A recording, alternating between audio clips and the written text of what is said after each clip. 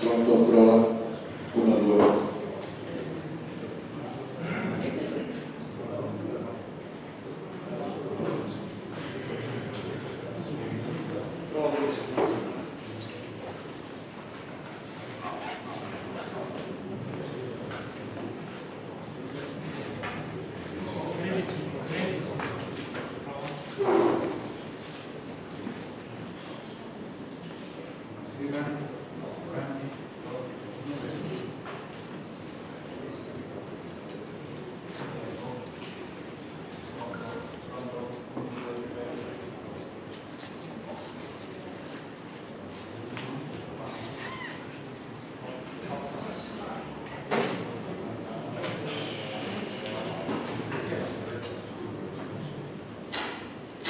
Buonasera, tutti iniziamo il Consiglio Comunale. Do la parola al segretario dell'appello presente. Primo Luciano, voto Giusto Alessandra, voto Giuseppe, Oviso Giovanni, Martista Roccio, Paolo Mercato, Corpus Federico Lavrana Panasiera Disco, Roma Salvo presente, Piazza Giacomo, Nuovo Carlo, Conte Rosana Giustificata, Antelmo Luca, Ferraro Elisa, Loreto Nomino come scrutatori questa sera Capiotto, signora Ferraro, Damassini. Passiamo al primo punto all'ordine del giorno, interpellanze e interrogazioni. Ci sono interpellanze? Capogruppo Ferraro.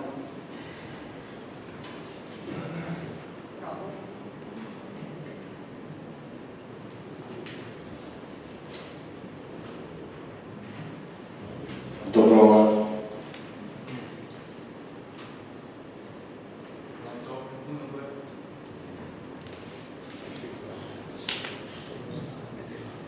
Buonasera, interpellanza con risposta scritta ai sensi dell'articolo 16 del regolamento del Consiglio Comunale. Richiesta di intervento urgente ex sede pronto soccorso. Il nostro territorio merita maggior rispetto meritano i cittadini di Caule, costretti a subire il silenzio e il disinteresse di un'amministrazione cieca di fronte a certe situazioni di degrado e di decoro pubblico. In particolare, l'edificio che ospitava l'ex pronto soccorso oggi versa in condizioni igieniche precarie, luogo dove sono stati trovati rifiuti particolarmente pericolosi, come siringhe, bottiglie di vetro, lattine, bombolette, ma anche rifiuti organici, senso di inciviltà e di disinteresse per la cosa pubblica. L'edificio in questione si trova al confine con la scuola per l'infanzia Morvillo Falcone e ogni giorno bambini tra i 3 e i 6 anni e i loro familiari si trovano costretti ad osservare impotenti questo scenario. Di notte lo stabile è poco illuminato e quindi ritrovo per spacciatori e tossicodipendenti. Inoltre le pareti esterne, le porte e le tapparelle sono state deturpate con graffiti e disegni poco decorosi. Tutto ciò premesso, si chiede a codesta amministrazione di intervenire subito per la riqualificazione, la pulizia e la messa in sicurezza dell'area, vista la vicinanza ad ambienti sensibili quali scuole, sedi di associazioni e impianti sportivi. A tal fine si chiede la possibilità di indire un concorso di idee in collaborazione con le associazioni di volontariato presenti sul territorio e con la partecipazione attiva degli studenti dell'Istituto Comprensivo Palladio per la sistemazione esterna dei comuni locali, proponendo di utilizzare la struttura come centro di aggregazione giovanile dove sviluppare attività educative in sinergia con l'accordo di programma con l'azienda ASL 4 approvato dal Consiglio Comunale in data 19/12/2017, dando così risposte concrete alle reali esigenze sociali del nostro territorio. I consiglieri comunali Marilisa Ferraro e Patricia Dorotto.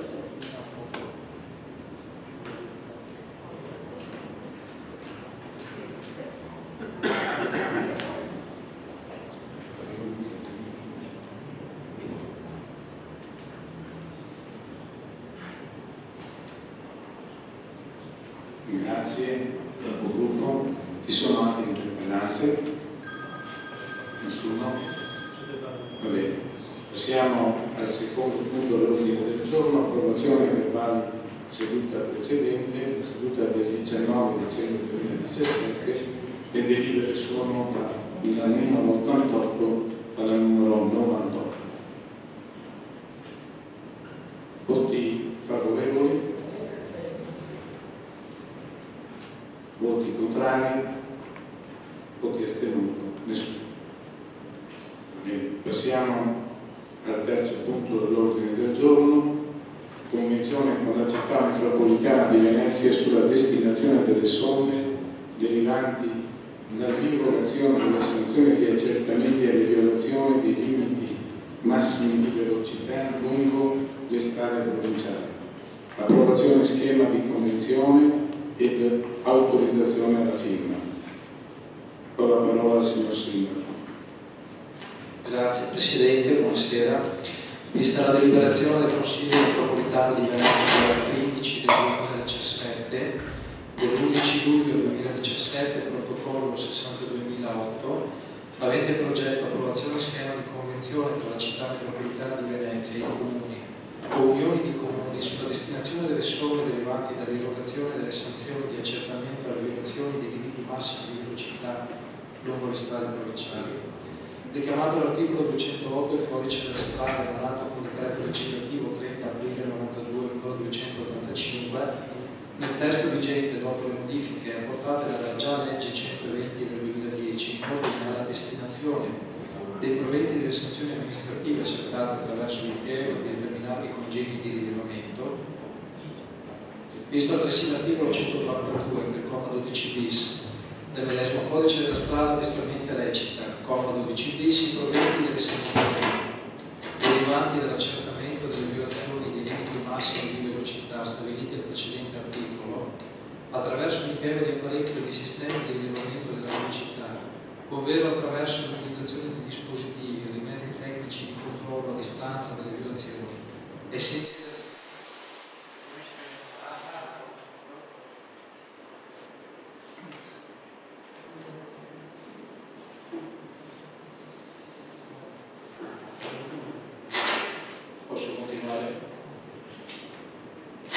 a distanza delle violazioni ai sensi dell'articolo 4 del decreto legge 20 giugno 2002 numero 121 convertito con modificazioni dalla legge 1 agosto 2002 numero 168 e successive modificazioni sono attribuiti in misura pari al 50% ciascuno all'ente proprietario della strada su cui è stato effettuato l'accertamento o agli enti che esercitano le relative funzioni ai sensi dell'articolo 39 del decreto del Presidente della Repubblica 22 marzo 1974 numero 181 e all'ente da cui dipende l'obbligo accertatore alle condizioni e ai limiti di cui ai commi 12 ter e 12 quater. Le disposizioni di cui il periodo precedente non si applicano alle strade in concessione. Gli enti di cui al presente comma diversi dallo Stato utilizzano una quota dei proventi ad essi destinati nella regione nella quale sono stati effettuati gli accertamenti. Ho segnalato che alla data odierna non è stato ancora emanato il decreto del Ministero delle Infrastrutture e dei Trasporti di concerto con il Ministero dell'Interno, sentita la conferenza Stato città e economie locali del cui il comma 2 dell'articolo 25 della legge 29 luglio 2010 numero 120, vista la nota interpretativa dell'Associazione Nazionale Comuni d'Italia del 6 giugno 2012 ad oggetto ripartizione di proventi che ritiene i richiamati come 12 bis ter quater articolo 142 del codice della strada applicabili a partire dall'esercizio finanziario dell'anno 2013 anche in assenza dell'emanazione del fatto visto il regolamento di esecuzione e di attuazione del nuovo codice della strada emanato con decreto del Presidente della Repubblica 16 dicembre 1992 numero 495, ritenuto pertanto di approvare lo schema di convenzione per la città metropolitana di Venezia e il Comune di Cavolo sulla destinazione delle somme derivanti dall'erogazione delle sanzioni di accertamento alle violazioni dei limiti massimi di velocità lungo le strade provinciali per il periodo di 3 anni allegato al presente provvedimento, accertata la propria competenza ai sensi dell'articolo 30 del decreto legislativo 18 agosto 2000 numero 267, testo unico sugli enti locali che prevede forme di convenzione tra enti, dato che l'argomento è stato preventivamente sottoposto all'esame della terza commissione consiliare in data 12 febbraio 2018 ai sensi dell'articolo 10 del vigente regolamento del Consiglio Comunale, si propone la seguente deliberazione: approvare la convenzione tra la città metropolitana di Venezia e il Comune di Cavolo sulla destinazione delle somme derivanti dall'erogazione delle sanzioni di accertamento alle violazioni dei limiti massimi di velocità lungo le strade provinciali, che viene allegata alla presente deliberazione per costituire parte integrante e sostanziale, di autorizzare il segretario generale dell'ente alla sottoscrizione della suddetta convenzione, dando atto che le competenze gestionali in ordine all'accordo tra enti saranno esercitate dai funzionari responsabili in ragione delle rispettive competenze, di dare atto che la presente deliberazione non comporta alcun onere per l'ente. Grazie signor Sindaco, ci sono osservazioni? Capogruppo Ferraro. Grazie signor Sindaco, volevo solo sapere se c'era già una analisi di base per come reintegrare e utilizzare questi fondi che vengono poi ricoperti dalle sanzioni amministrative. Grazie. Allora no, perché fino a quando non procediamo alla sottoscrizione della convenzione non possiamo avviare poi l'istruttoria correlata. Preciso che stiamo comunque parlando di cifre piuttosto contenute perché siamo nell'ordine di circa 20.000 euro, per cui saranno comunque destinate alla viabilità del Comune di Cavolo, anche sulla provinciale ovviamente, ma all'interno del territorio del Comune di Cavolo per l'integrità della somma. Grazie. Ci sono altre osservazioni? Nessuna osservazione? Mettiamo i voti favorevoli, voti contrari, voti astenuti, nessuno. Mettiamo l'immediata eseguibilità della delibera, voti favorevoli, voti contrari, nessuno, voti astenuti, nessuno. Passiamo al punto 4 dell'ordine del giorno, approvazione del regolamento per le disposizioni anticipate di trattamento e di istituzione del relativo registro. Do la parola al signor Sindaco. Considerato che la legge 219 del 22 dicembre 2017, pubblicata nella Gazzetta Ufficiale numero 12 del 16 gennaio 2018, in vigore dal 31 gennaio 2018, disciplina l'istituto delle disposizioni anticipate di trattamento. La medesima legge, all'articolo 4, comma 6, dispone che le disposizioni anticipate di trattamento devono essere redatte per atto pubblico o per scrittura privata autenticata, ovvero per scrittura privata consegnata personalmente dal disponente presso l'ufficio dello Stato civile del comune di residenza del disponente medesimo, ufficio che provvede alla notazione in apposito registro ove istituito. Per disposizioni anticipate di trattamento si intende un atto con cui ogni persona maggiorenne e capace di intendere e di volere, in previsione di un'eventuale futura incapacità di autodeterminarsi e dopo aver acquisito adeguate informazioni mediche sulle conseguenze delle sue scelte, esprime le proprie volontà in materia di trattamenti sanitari, nonché il consenso o il rifiuto rispetto ad accertamenti diagnostici o scelte terapeutiche e a singoli trattamenti sanitari. Per fiduciario si intende la persona indicata dal disponente che ne faccia le veci e la rappresenti nelle relazioni con il medico e con le strutture sanitarie, Nel medesimo articolo 4,6, la legge 219 del 2017 prevede che le DAT sono esenti dall'obbligo di registrazione, dall'imposta di bollo e da qualsiasi altro tributo, imposta, diritto e tasse.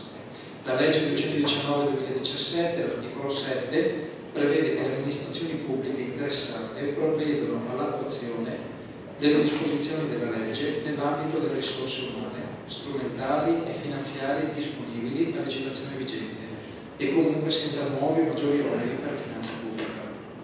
Dato atto che l'argomento è stato preventivamente sottoposto all'esame della terza commissione consiliare in data 12 febbraio 2018, ai sensi dell'articolo 10 del vigente regolamento del Consiglio Comunale, si propone di approvare il regolamento per l'istituzione del registro comunale per il deposito delle disposizioni anticipate di trattamento allegato al presente atto come parte integrante e sostanziale composto da numero 8 articoli. Grazie, signor Sindaco. Ci sono osservazioni? Consigliere Alterno?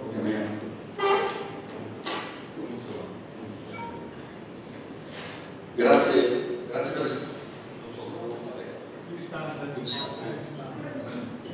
Presidente.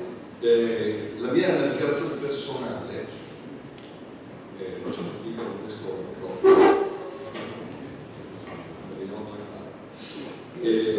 in quest'epoca postmoderna siamo costretti a vivere in quest'epoca postmoderna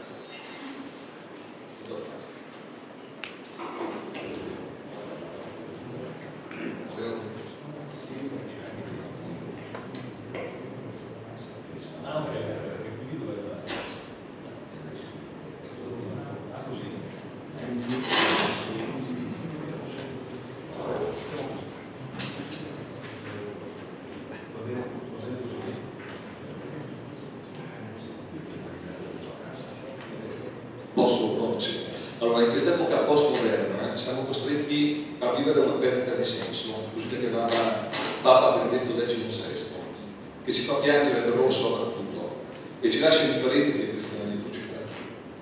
L'educazione morale si è affievolita e così anche il senso della vita si è affievolito. Oggi i giovani sono la prima generazione per la quale valgono di più le fonti informali che quelle formali, come la scuola. Informale è evidentemente la rete. Cosa mai potrà insegnare la rete ai nostri figli? Siamo arrivati a sostenere che esiste il diritto di morire, dimenticandoci del primo e più fondamentale diritto, quello a favore della vita. È una società che ci sta annichilendo, ci stiamo autodistruggendo, sostanzialmente suicidando. E vorrei ricordare che non sarebbe la prima volta che è accaduto nella storia. È evidente che l'amministrazione deve prendere atto di questa legge. In libertà di coscienza, quantomeno finché mi sarà data la possibilità di esprimerla, mi dico contrario, non tanto al regolamento quanto al principio. Ed annuncio fin da ora che mi alzerò dal Consiglio perché non vorrei essere considerato assente durante il voto. Anche un voto contrario non sarebbe dire corretto. Senza una solida educazione morale che è capace di distinguere il giusto dall'ingiusto, il bene dal male, come possiamo continuare?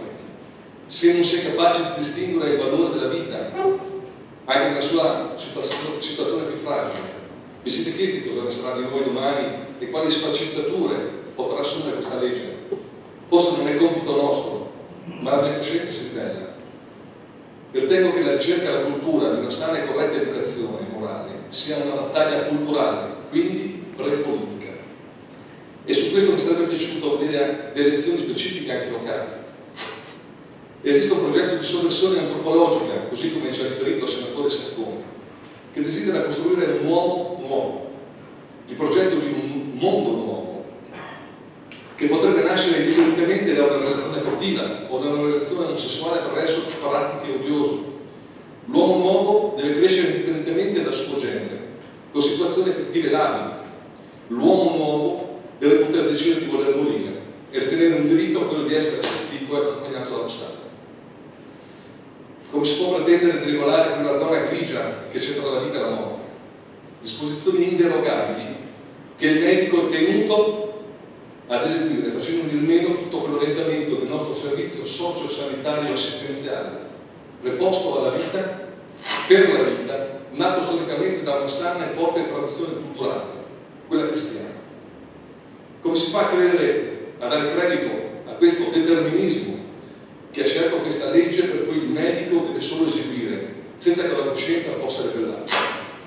La strada del relativismo che abbiamo imboccato, per cui tutto vale e quindi niente vale, è l'idea della vita da fotoromanzo, in cui non ci deve essere mai sofferenza né dolore, ma la vita non è mai senza sofferenza né dolore, e quindi l'amministrazione deve ottemperare, ma io no.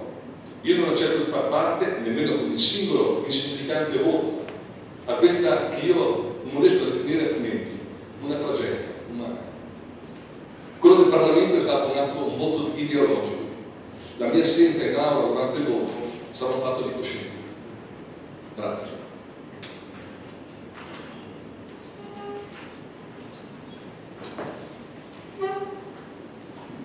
Grazie consigliere Interno. Ci sono altre osservazioni?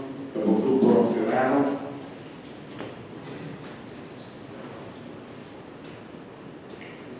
Grazie. Volevo chiedere all'allegato del regolamento per le DAT, all'articolo 5, nella modalità di tenuta del registro, al punto 2 si dice che le DAT e tutti gli atti ad essi collegati devono essere registrate e conservate presso il competente ufficio dello Stato civile, che può renderle accessibili e consentire l'estrazione di una copia al disponente, al fiduciario, all'azienda sanitaria presso cui risulta in cura il disponente o all'autorità giudiziaria nell'interesse del disponente in qualsiasi momento. Ecco, volevo chiedere informazioni in merito a proprio questo punto, cioè la tenuta del registro e soprattutto la richiesta da parte di altri enti, quale l'azienda sanitaria o l'autorità giudiziaria, sono fondamentali e per la tenuta della copia, cioè possono essere erogate in qualsiasi momento, e se sì, perché? Grazie. Grazie, Capogruppo Ferraro. Do la parola. Ci sono altri interventi eventualmente, non si esprimono. Capogruppo Miolo.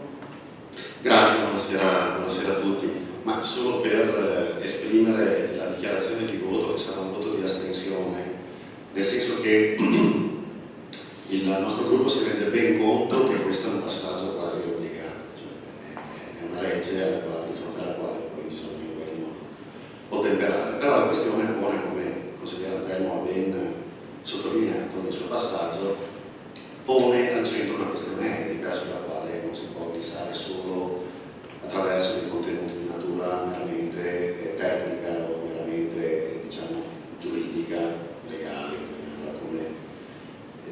come vogliamo. Quindi noi ci siamo interrogati parecchio un po' sul senso proprio di questo passaggio consiliare, e siamo di fatto rimasti molto combattuti, perché al di là, diciamo, di ogni sensibilità di ognuno di noi, di fronte appunto a un tema di questo peso, ci siamo posti delle questioni vere e proprie. Da un lato eravamo portati quindi, come dire, a dover capire che la libertà dell'individuo non può trovare confini, e quindi l'espressione dell'identità e della libertà dell'individuo in qualche modo trova anche un riscontro in questo tema. Dall'altro però ci sono dei limiti per i quali e di fronte ai quali non sappiamo dare delle risposte, nel senso che il tema del testamento biologico, allargando un attimo il contesto di cui stiamo parlando, capisco non è il cuore primo di quello che siamo chiamati oggi a votare, ma parlando di questi temi ci siamo anche posti un interrogativo: se di fronte, diciamo, all'ultimo istante di vita una persona ha un ripensamento, cioè il ripensamento dell'ultimo minuto, e guardando in faccia alla morte una persona capisce in quel momento che vivere invece è bello anche attaccato a un filo, no, non per forse come dire, determinare una regolamentazione che arriva fino a spingersi a questi limiti diventa un tema di fronte al quale non sentiamo come dire, ancora una forza tale di convinzione per poter esprimere un voto né di consenso né di diniego. Solo per questa ragione noi ci asterremo. Grazie. Grazie Capogruppo Mignolo. Altri interventi?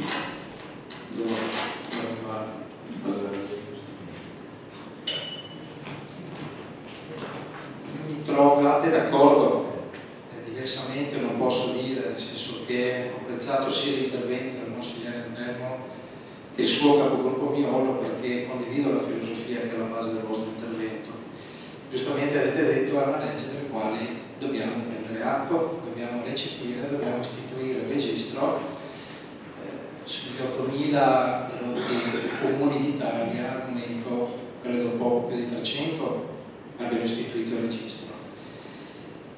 Se affrontiamo il tema sotto il profilo della legittimità costituzionale di questa legge, la legge parte dall'articolo 2 sui principi fondamentali della Carta Costituzionale, che dice sono diritti inviolabili dell'uomo, il diritto alla vita o alla morte, comunque un diritto inviolabile dell'uomo, così dice questa legge dello Stato. E la Repubblica lo deve tutelare in tutte le sue forme, in tutti i suoi modi, lo deve fare anche rimuovendo quegli ostacoli che di fatto, cioè quelle cose che di fatto possono ostacolare l'esecuzione di questa legge.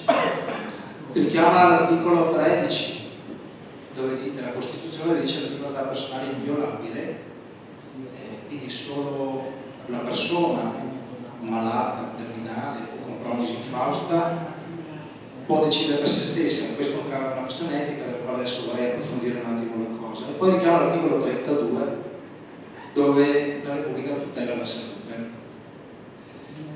Sulla base di questo assetto costituzionale si arriva a concepire una legge che potremo vedere anche come prognosi futura di politica legislativa, nel senso che credo il consigliere Antelmo non l'ha detto, ma avrebbe forse voluto dirlo, che da questa legge al passo della legge sull'eutanasia non è poco, ma non è tanto forse il legislatore che non avrà magari la maggioranza necessaria e sufficiente per arrivare all'eutanasia, ma quanto la Corte Costituzionale che spaventa di fronte a queste scelte. Io sto rendendo un parere personale anche mio, non è l'opinione di nessun altro che presente in Consiglio Comunale, è la mia opinione personale.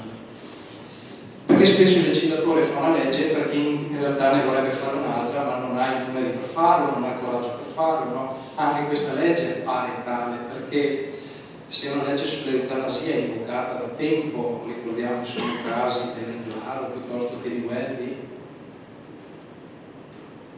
i numeri per farlo non c'erano, ma i numeri per fare questa, seppur con un colpo di accordo tra una parte della maggioranza e una parte dell'opposizione in Parlamento, è stata approvata.